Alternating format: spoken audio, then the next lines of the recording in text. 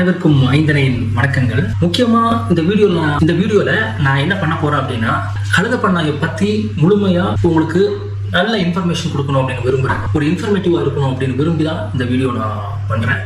இந்த வீடியோ கழுதையை பத்தியான முழு விவரங்கள்.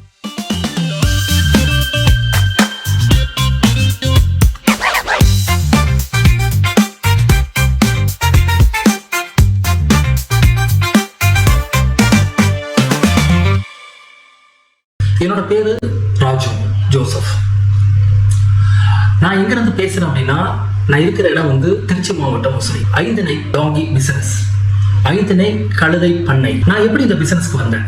யதார்த்தமா நான் பாத்தீங்கன்னா, நான் ஒரு 15 வருஷத்துக்கு முன்னாடியே கழுதை வச்சிருந்தேன் 30 ஏக்கர் பண்ணையில. அந்த 30 ஏக்கர் பண்ணையில நான் லீசா அப்படிங்கிற ஒரு கான்செப்ட்ல நான் ஒர்க் பண்ணிக்கிட்டு இருக்கோம். ஐந்தனை பண்ணை தான் அந்த பண்ணைக்கு பேர். 30 ஏக்கர்.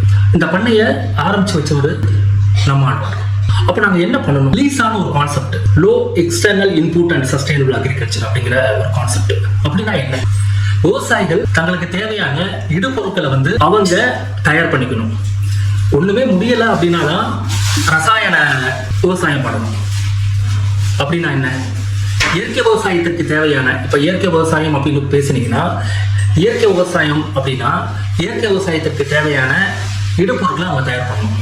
ஒண்ணுமே முடியல அப்படின்னா பூச்சிக்கொல்லியை ரசாயன உரத்தை வாங்கி அடிக்கணும். இப்போ அதுல நாங்க என்ன பண்ணோம்? அந்த low external input and sustainable agriculture, வெளி இடுபொருட்களை குறைச்சு வெளியில வாங்கக்கூடிய ரசாயன உரத்தை குறைத்து அவங்களுக்கு தேவையான, விவசாயிகளுக்கு தேவையான உரங்களை அவங்க தயார் பண்ணிக்கணும். இதுதான் பேசிக் கான்செப்ட். அது இல்லாம மோனோ கிராப்ல எல்லாரும் இன்டர் கிராப் மாறணும். அப்படின்னா என்ன? மோனோ கிராப்னா என்ன? ஒரு விவசாயி 5 ஏக்கர் வச்சிருக்காருன்னா 5 ஏக்கர்லயும் நெல்லே போடுறாரு, இல்ல வாழையே போடுறாரு, இல்ல கரும்பே போடுறாருன்னா அது பேரு மோனோ கிராப்னு பேரு. இன்டர் கிராப்னா என்ன? 5 ஏக்கர்ல ஒரு 7 வகையான விஷயத்தை பண்றாரு, விவசாயம் பண்றாரு, பயிர்களை நடுறாருன்னா அது இன்டர் கிராப். எடுத்துக்காட்டுக்குன்னா, ஒரு மெயினா ஒரு கடலையை மெயின் கிராப்பை வச்சு, அதுக்கப்புறம் அதுல ஆமணக்கு, எள்ளு, இந்த மாதிரி ஒரு 7 வகையான பயிர்களை போட்டு அவங்க அறுவடை பண்ணுவாங்க.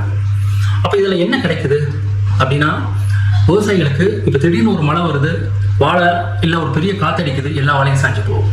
ஆனா இங்க பெரிய மழை பெய்யுது இல்ல பெரிய காத்தடிக்குதுன்னா ஏதாவது ஒரு பயிர் தான் போகும், மற்றதெல்லாம் வந்தோம். அது இல்லாம நம்மளுடைய நிலம் பேலன்ஸா இருக்கும். பேலன்ஸா என்ன? அதோட சத்துக்கள் பேலன்ஸா இருக்கும். அப்ப தொடர்ந்து அந்த நிலத்தை நம்ம விவசாயம் பண்ணணும். ஆனா நீங்க மோனோகிராப் போனீங்கன்னா ஒரே இதான் பண்ணுவோம், உரம் போட்டு பண்ணுவோம். ஒரு காலகட்டத்தில் அது மல்ட்டு தன்மையா மாறிடும் நிலம்.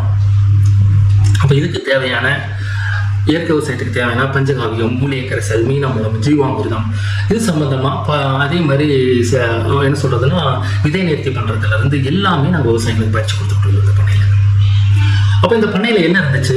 இந்த பண்ணையில ஆடு இருந்துச்சு, மாடு இருந்துச்சு, கோழி இருந்துச்சு, கழுதை இருந்துச்சு, குதிரை இருந்துச்சு, எல்லாமே வச்சிருந்தோம். ஆடுன்னு பார்த்தோன்னா ஜமுனாபரி, தலைச்சேரி, போயர், இந்த மாதிரி ஆடுகளை நிறைய வச்சிருந்தோம். நாட்டு மாடுகள் நிறைய வச்சிருந்தோம். ஆடுகளை சேலங்கற்பு வச்சிருந்தோம். கோழியில நாட்டுக்கோழிகள் நிறைய வச்சிருந்தோம். அப்போ ஒரு எல்லாமே இருந்துச்சு உள்ள. அப்போ இதை நாங்கள் பண்ணிக்கிட்டே இருக்கும்போது ஒரு காலகட்டத்தில் நான் அந்த நிலத்தை விற்கிற மாதிரி ஒரு சூழல் ஆச்சு. அப்போ எல்லாமே நிலத்தை வித்தாச்சு.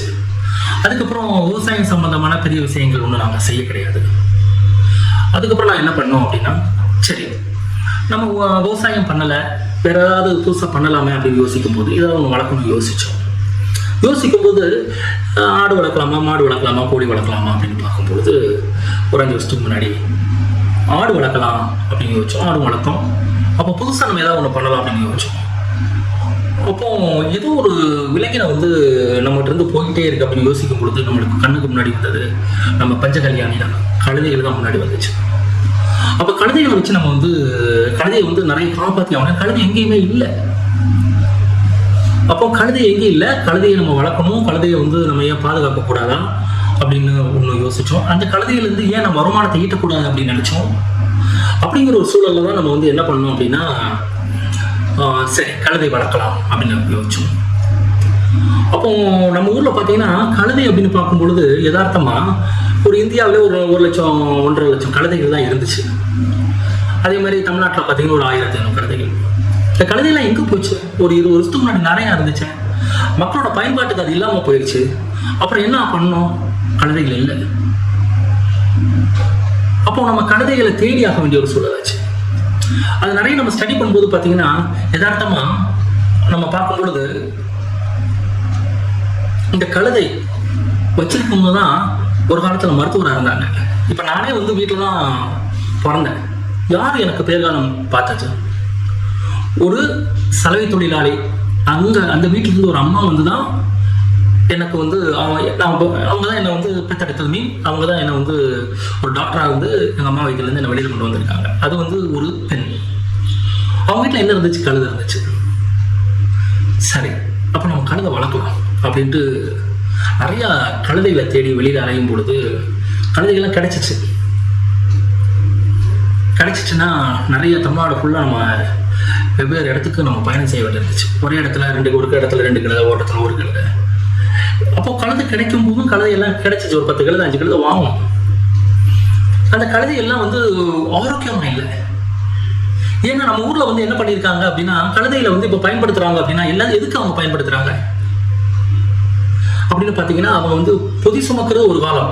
இப்போ வந்து செங்கல், அதே மாதிரி பெரிய புதிய சுமக்க வைக்கிறாங்க. இப்போ மலைக்கு போறதுக்கோ மணல் அழுவதற்கோ 150 கிலோ இருக்கிற இடத்துல 75 கிலோ தான் அதுக்கு மேலே ஏற்றணும். 50% ஏற்றணும். இவங்க வந்து 150 கிலோ இருக்கிற கழுதையில 250 கிலோ 300 கிலோ ஏற்றிட்டு போகும்பொழுது அது முதுகு தண்டு உடைஞ்சிருது, கால் வளைஞ்சிருது. அது நம்ம கழுதையில யாரும் பராமரிக்கிறது இல்லை. அப்போ நம்ம ஊரில் வந்து ஒரு 7 வயசு 8 வயசுல இறந்து போயிடுது. அப்போ இதெல்லாம் எங்களோட அனுபவத்தில் நான் பார்த்தோம். இதெல்லாம் என்னோட அனுபவம். சரி அப்படின்ட்டு நம்ம கழுதையை வளர்க்கணும். நிறைய அதில் வாய்ப்புகள் இருக்கு. ஒன்று வந்து கழுதையில வந்து நம்ம கழுதையை வந்து நம்ம வந்து என்ன பண்ணுறோம் அப்படின்னா அதை பாதுகாக்கிறோம், ரெஸ்கியூ பண்ணுறோம். அப்போ அதுலேருந்து நம்ம என்ன வகையான பிஸ்னஸ் நம்ம பண்ணலாம் அப்படிங்கிறத நம்ம பார்த்துக்கோம். இந்த எக்ஸ்பீரியன்ஸ் எல்லாம் அனுபவத்தையும் நான் எப்படி இதில் வெற்றி பெற்றேன் அப்படிங்கிற சொல்கிறதுக்கு தான் நான் இந்த வீடியோ எடுத்துக்கிட்டு இருக்கேங்க.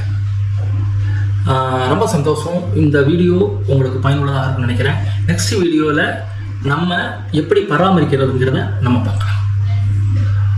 5 டாங்கி பிசினஸ் இந்த வீடியோ நீங்க பார்த்துட்டு இருக்க எல்லாத்துக்கும் மிக்க நன்றி. இந்த வீடியோவை நீங்க ஷேர் பண்ணுங்க, லைக் பண்ணுங்க, சப்ஸ்கிரைப் பண்ணுங்க. மிக்க நன்றி.